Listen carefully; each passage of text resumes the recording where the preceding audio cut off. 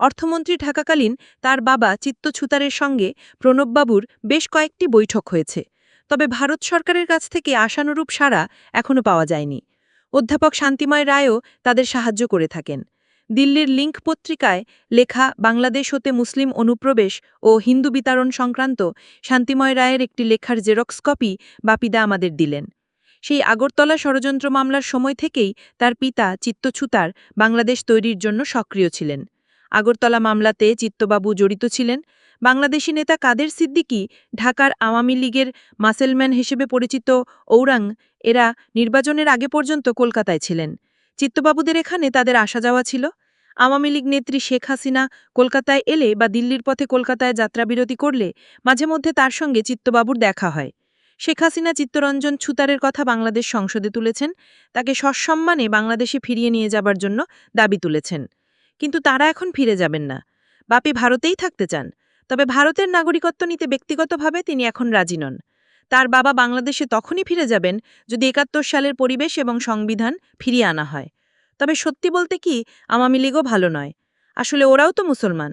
পাকিস্তান থেকে বাংলাদেশ হয়েছে, কিন্তু মানুষগুলো তো একই রয়েছে।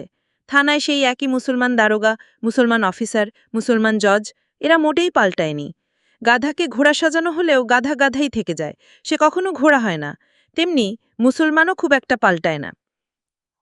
বাংলাদেশ মুহাজির সংঘও তো বিদেশমন্ত্রী মুস্তাফিজুর রহমানের ভারত সফর উপলক্ষে উদ্বাস্তু কল্যাণ পরিষদের সঙ্গে পাশাপাশি গণ অবস্থান করল।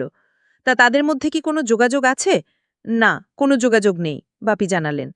কিন্তু আপনাদের লিফলেট পোস্টার দুটি একই জায়গায় একই টাইপে ছাপা হলো কিভাবে? বাপি উত্তরটা এড়িয়ে গেলেন।